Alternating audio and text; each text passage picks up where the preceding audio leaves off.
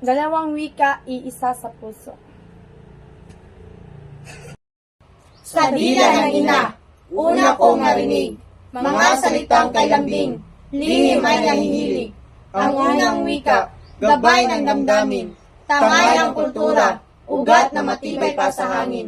Ngunit may dumating, pangalawang tinig, bagong paglalakbay na siya ring naging hilig. Nagbubukas ng mundo, sa karunungay pwedeng maging kwento. Nag-uugnay sa iba, tulay ng pag-asa at ng mga tao. Unang wika, tahanan ng puso. Pangalaway daigdig, na walang takot sa kahit sino. Dalawang wika, magkasabay sa landas. Kayamanang tunay, bit-bit hanggang wakas. Sa bawat salita, sa bawat gunita, dalawang tinig ay isa sa diwa. Pag-unlad at dangal, sa kanila nakasalalay.